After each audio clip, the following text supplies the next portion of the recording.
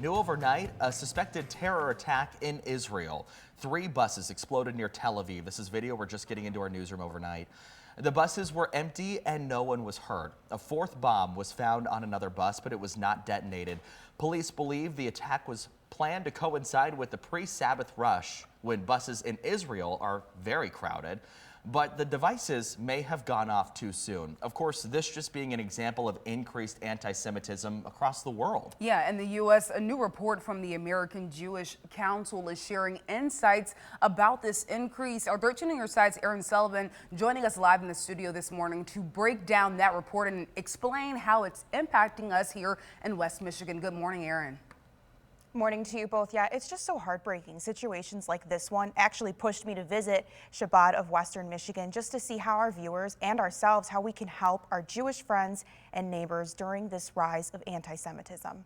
It's been an extremely safe place to live, but over the last probably 10 years, we started locking the doors, we started upping our security just because the global wave of anti-Semitism worldwide has definitely grown. The American Jewish Committee released this year's State of Antisemitism in America report, citing that anti-Semitism is reaching a tipping point in the United States. The committee found 1/3 of Jewish Americans have been personally targeted by anti-Semitism in person or online, at least once in the last 12 months. Online, posts from rapper Kanye West causing a frenzy on X, formerly known as Twitter, with now deleted tweets saying, "I am a Nazi."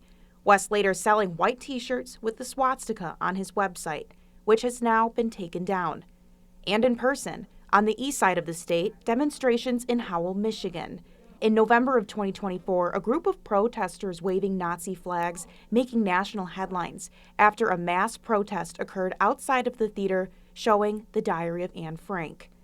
A similar demonstration in Howell happening just 2 weeks ago. I sat down with Rabbi Sadia Weingarten of Chabad of Western Michigan about this alarming trend. He says anti-Semitism stems from a lack of education. We try to educate people as much as possible what Judaism is, what our values are, and we've seen a tremendous impact that has. And when you teach people what Judaism is and who we are, and if they meet a Jewish person, then often their views very drastically change. Sadia believes people who are anti-Semitic are experiencing a void of self-worth, self-purpose. Some people try to fill that by knocking other people down. Luckily, he says, his neighbors in West Michigan have been nothing but supportive. Just the morning of October 7th, I was just walking down the street before it was our Jewish holiday, and I didn't hear the news yet until I got to the synagogue. But I had cars stopping me and saying, "We stand with you, and we're with you." And that's the majority of what I feel around here.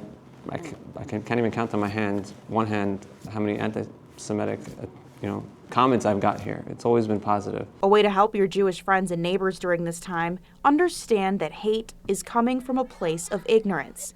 Show them how their direction is wrong. And for those who are Jewish, just stay strong and be proud of who you are and what, and your history and your background, and teach that to people, that you are a puzzle piece in this world, and it's not going to be complete without you and without you contributing to what you need to do. Now, I do want to mention we did blur some of those videos out of respect for our Jewish viewers, but if you head to our website, we'll have a breakdown of the 2024 American Jewish Committee report and how you can help stop the spread of anti-Semitism. In studio, Aaron Sullivan, 13 on your side.